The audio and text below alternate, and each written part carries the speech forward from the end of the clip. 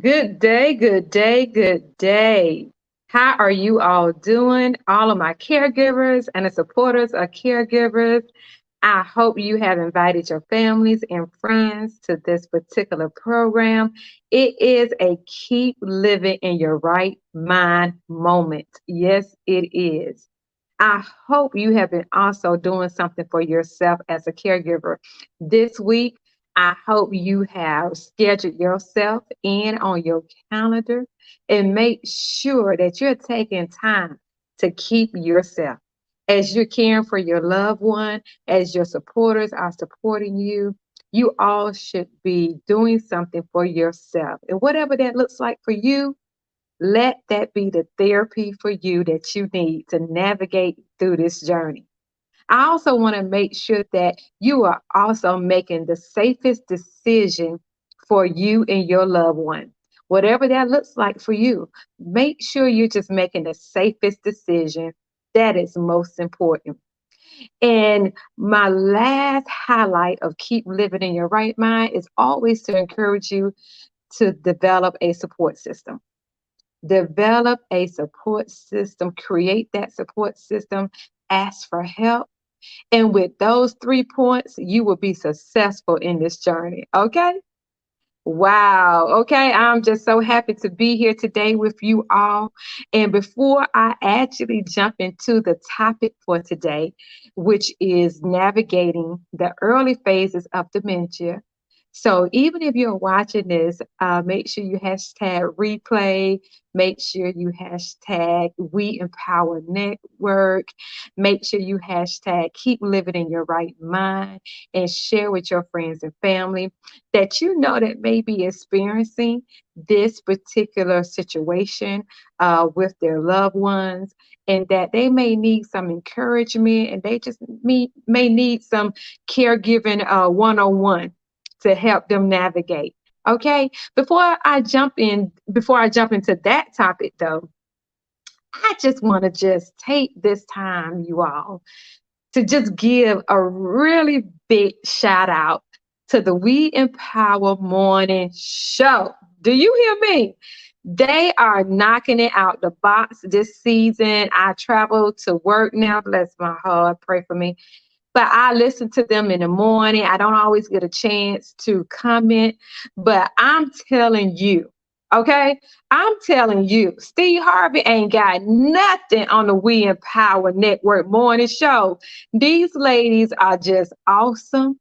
They're dropping nuggets. They giving you advice. Their testimonies are setting me free. The transparency on this show, I'm telling you, the transparency, and that's what happens. Transparency heals you all. It heals and it sets you free. So if you're not tuned in and you're not watching the We Empower Network morning show, you're missing out. You're missing out. You're missing out on what you need to propel you to the next level. You're missing out on advice and things that they're educating you on based on their experience, based on their background, things that they're sharing with you that you can't get anywhere else for free. Uh, okay? They're giving you all this information and encouraging you. This is on the morning show every morning at 7 a.m. Eastern. So I want you all to share with your friends and family. We Empower Network morning show. Get your coffee, get your tea, get your water, and join them in the morning because I'm telling you, they're doing something that's just outstanding for me. I don't care if it ain't for nobody else, but I'm getting what I need for myself. And who knew just by me knowing Terry Hits, yes, the wonderful anointed Terry Hits, just by me knowing her and her posting that they're looking for some additional programs on the network, that I will also come in contact with some wonderful, powerful women. You don't have to talk to powerful women every single day. They don't even really have to know you, but just to be able to really be encouraged by their words and what they're saying, by their attitudes, by their positivity. It's just awesome. It's just awesome. So I wanted to take a time and just shout them out and say, I appreciate you all. I appreciate for what y'all doing for me. If you ain't doing it for nobody else, you're doing it for Janae. Yes, for Mrs. Fine, for keep living in your right mind, caregivers advocate. You're doing it for me, and I appreciate it. I really do, and that's from the bottom of my heart. So you all tune in 7 o'clock every morning to We Empower Network, the morning show. Okay, yes. So let's get into our topic for today: navigating the early phases of dementia. And this is sometimes a topic that sometimes family members don't want to really discuss, or they, sometimes are in denial. Well, nothing is wrong with my mom or my dad or my aunt, or nothing is wrong, and sometimes we are in denial when it comes to the transitions of our loved ones, whatever that may be, whatever situation that may be. And it may just be that they're gracefully aging. They not diagnosed with anything. And it just may be that, hey, they're gracefully aging, but there's still some tips that I want to provide you today. Hi, Tina, that I want to provide you today to let you know that there are resources out there for you. And these are things that you should look for to help and guide you during the early phases. And I love to use one of my number one resources. I use this resource during my studies, obtaining my master's degree, and doing a lot of research in this particular area. So again, AARP/caregiving, they have a lot of resources, you all, and you don't have to be a member to obtain those resources. So we know that there are 6 million Americans today, and the number is rising, living with dementia. 6 million Americans living with that disease. So, what does that mean? There's probably double that many Americans that are caregivers and supporters that are trying to help the ones that are diagnosed with dementia, trying to help them navigate, and they're trying to navigate themselves. This has become their new normal. And so, with the numbers that continue to rise, I want to make sure that you are educated, that you have the tools you need, and sometimes that you just have simple advice. Through my transparency, me sharing with you my experience, that you just have the simple advice that you need to really navigate this particular journey. And I believe I am and a believer just like you are. So I am not dismissing the power of God, the power of healing. I'm not dismissing that at all. I continue to believe and believe that my mom was healed even in the journey itself. And we made her journey become our new normal and found ways to be joyful in that journey. That was the healing for us. So your healing may look different than what my healing was for our journey. So let's make it clear. I'm a believer in Jesus Christ. I believe his word 24/7. I want to just give you tools, though, to help you navigate as you continue your faith walk with God in this journey for your loved one. Okay? Is that good? I hope that's good, you all. But even with that information, I want to just explain to you, and some of you may say, well, I experienced my loved one, they are misplacing their keys often. And, well, Janae, I don't think that's really, a sign of them, getting ready to experience dementia or getting ready to get diagnosed for dementia. Well, dementia is the changes in the brain that causes a loss of functioning that interferes with daily life. So it diminishes your focus, it diminishes your attention, it diminishes your language skills. You may say, well, what does that really mean, Janae? I remember there was a time during the early phases of my mom experiencing these particular symptoms. that when I would call her, she would want to get off the phone sooner than normal.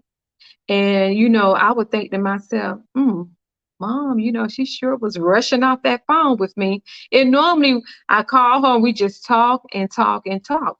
But she would, for some reason, just want to just get off the phone. And even her friends would start to tell me, hey, Genea, I call your mom, but, she didn't stay on the phone too long with me this time. She wanted to just get off the phone. So that's an example of her attention was diminishing. The focus diminished. Their focus is not the same, like it used to be in previous years.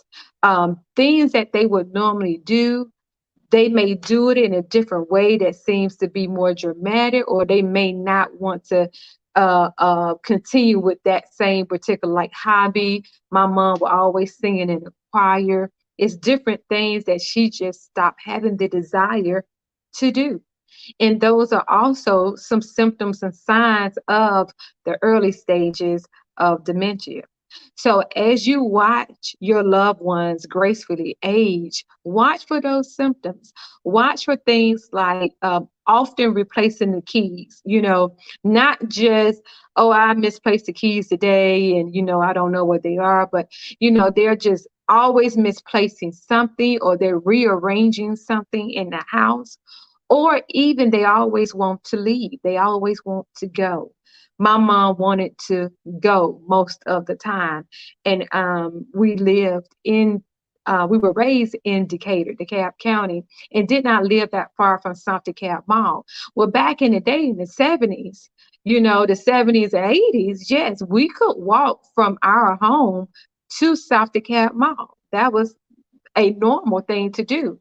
But, one day my mom in 2000 was walking to South DeKalb Mall, and that was not normal because things had changed. The same people were not living in the neighborhood as before. But thank God that she was able to return home safely. But things like that you start noticing and that you want to make note of, and you want to move to the next step. Go and make sure you make an appointment with her provider or their provider and start discussing what you're seeing at home. Don't stay in denial yourself because you just don't want to experience this with your loved one. Make sure you say, okay, let's make an appointment. Let's go to your provider. Let me explain to them what I am seeing, what I am noticing about you, and then let's get some help. Okay? Getting help, you all, is normal. It's not a bad thing. It doesn't mean you don't love your loved one. It doesn't mean you're giving up hope. It means you're what? You're making the best and safest decision for your loved one. So if you see different signs like that, make sure you're making a note of it and communicate it with your family. If you have siblings, if you have other family, her sisters or your parents, siblings, or your cousins, you need to communicate this with your family so that they will understand what's going on, what's happening, what does the transition really look like. So when you're at the next family event, they're not looking at your loved one or your parent like, well, what's going on with them? Why are they acting like that? Or why are they being so protective now of their parent? You need to communicate so everyone, even your children, everyone understands what is happening and what your parents are doing and transitioning to. That would be very helpful, you all.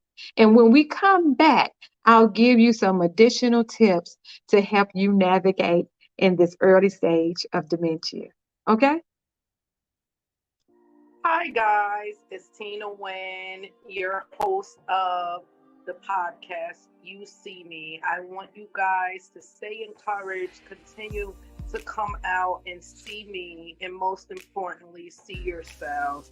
Remember, the only way that you can truly enjoy life is to see other people so that you can enjoy the beauty of seeing yourself. Come join me Saturdays at 4 on the We Empowered Network. Thank you. Hey, hey, hey, how you guys doing? This is Regina Hutt, the wellness practitioner at Empower Mornings. Join me every Monday at noon to work out with Regina on One Network. Awesome, awesome. Yes, please make sure you tune in to those programs on We Empower Network. Some other examples and signs that you may notice of your loved one in the early phases of dementia is just putting items in places that they, do not belong. For instance, eggs. Eggs belong in the refrigerator.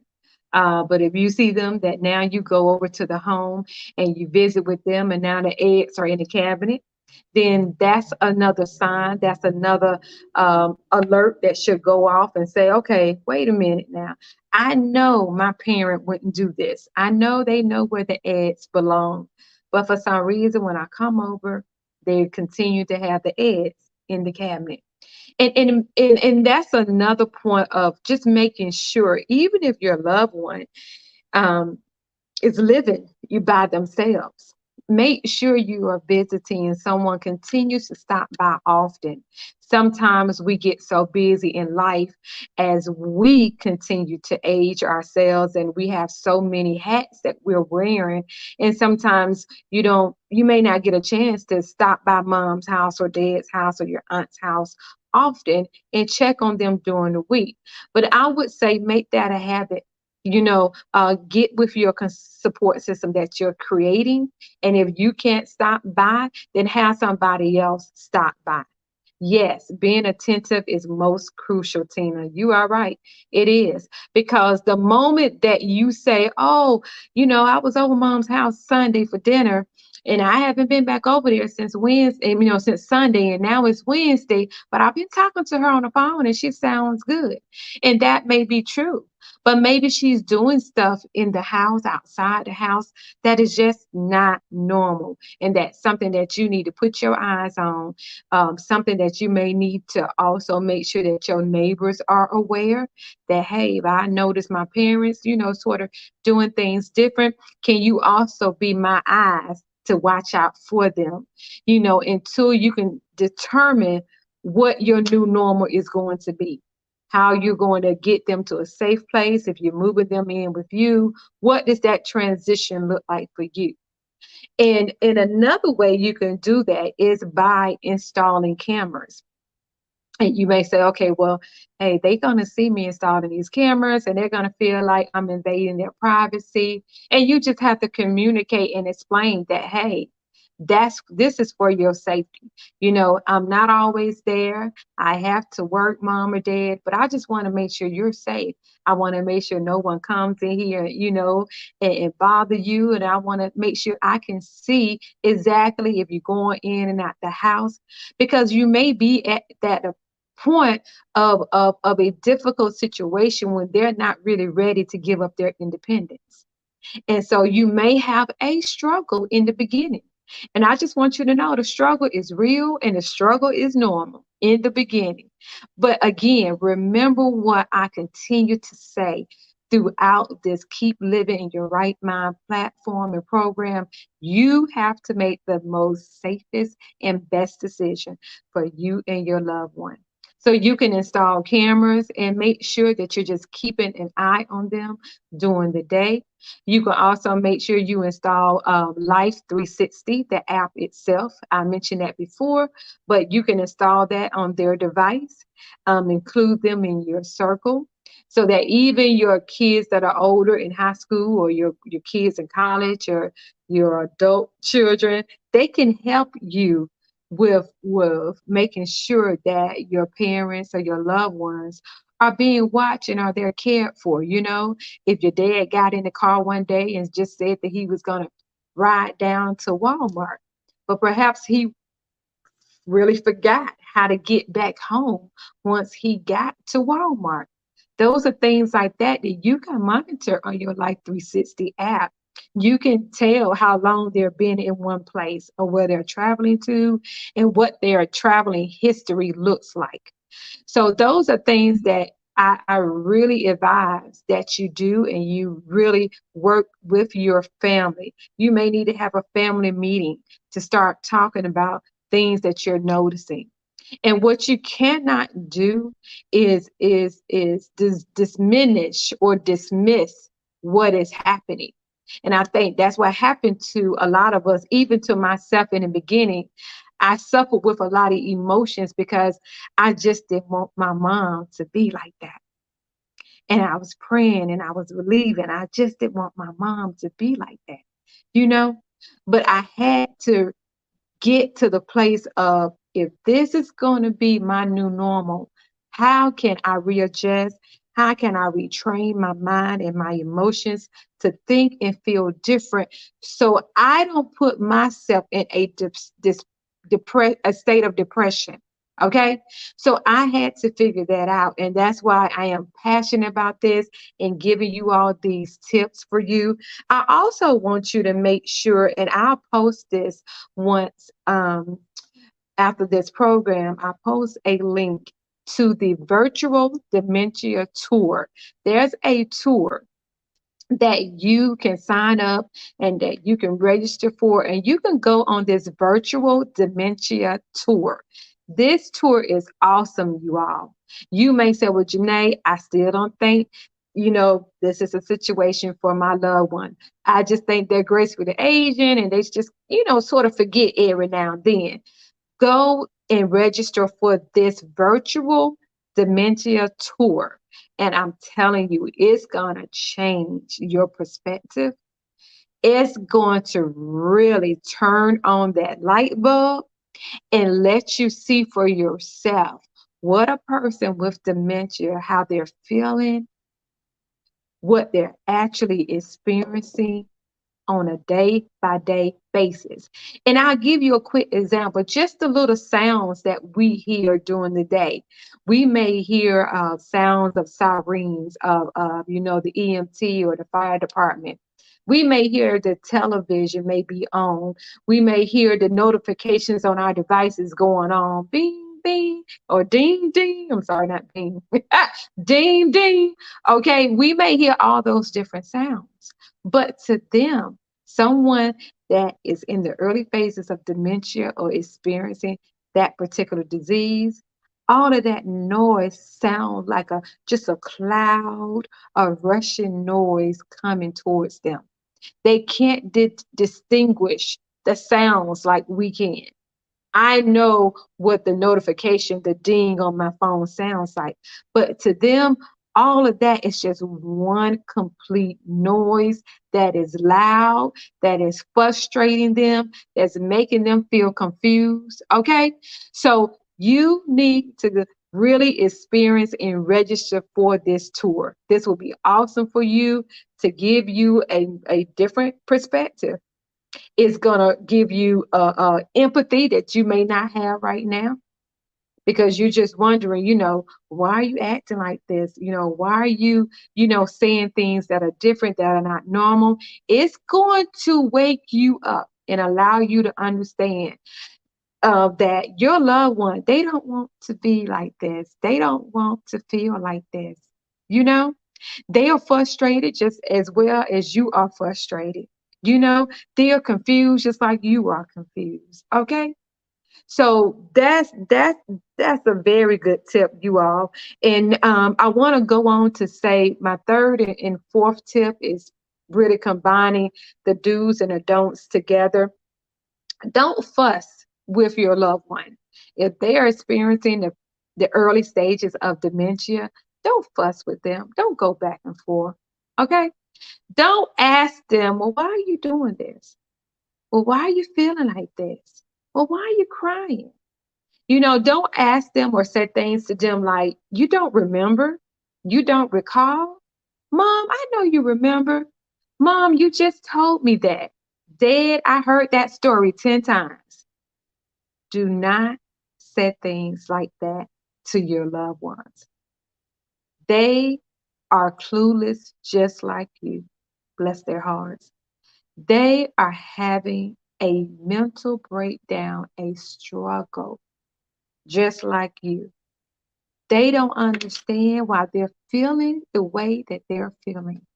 They just know that they are different and they're trying to make themselves feel right. They're trying to make it right with themselves on the inside. But here you go with all your questions. Well, why are you acting like that? Well, why you ask me that again? Don't feel like that. Don't diminish their emotions. Don't dismiss how they're feeling because you don't want anyone to dismiss how you're going to feel and how you're going to continue to feel in this journey. Apply respect. Remember that they're your loved one, whether it's your mom, your dad, your brother, your sister, your aunt. Respect them even in this journey, even on days when it get difficult, even when you don't understand why. How could my intelligent mom act like this? Why is she crying all the time? Why is she crying all the time? Why she can't remember? Respect them because they want to remember. They want to feel normal again. But this is the process, and this is becoming the new normal that you got to figure out what's going to be the best, safest way for you all to navigate this journey together. Okay. I also want to let you know some of the additional do's that you should do. Safety locks are important. Well, I don't want to lock my mom in the house or my dad in the house, but safety locks on the doors, safety locks on the cabinets. Again, I mentioned this before. Again, their cognitive skills are impaired. So you cutting an apple is not the same as how they cut the apple in the past. So leaving sharp objects out is not a good thing to do. A lot of dementia patients experience violent thoughts. They do. And so I did not experience that. We did not experience that. But I'm just explaining to you that is what happens sometimes. Okay. So you have to remember those sharp objects, things that can be used as a weapon, you need to remove those things. Okay. I really advise that you do that. You need to really consult with your physician. You need to get with your physician. You need to get a diagnosis or testing done. And then you need to ask them while you're at that doctor's appointment, you have paid your copay or used their particular benefits. It is your right to ask for additional services and resources while you're at that appointment. And I just want to let you know and give you some reassurance that wherever your loved one is at during this phase of dementia, wherever they at, some days my mom, may have thought she was in Hawaii. I don't know. But you know what?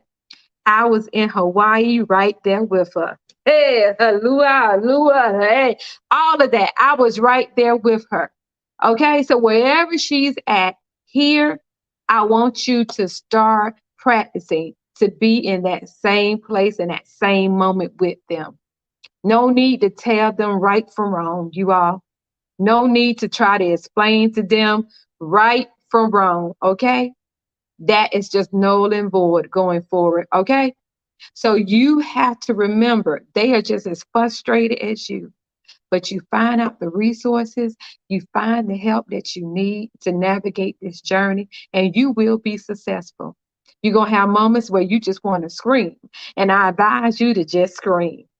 You're going to have moments where you just want to get in your car and drive. Get in your car and drive. Cry it out. Release it. Whatever you need to do. But at the end of the day, get you the right resources that you need. Ask questions with their physicians. Get them the help that they need. Create you a support system and take care of yourself all at the same time. I hope this has been helpful for you. Please share it with your fans. I mean, your fans, with your family and friends, and keep living in your right mind. Talk to you soon.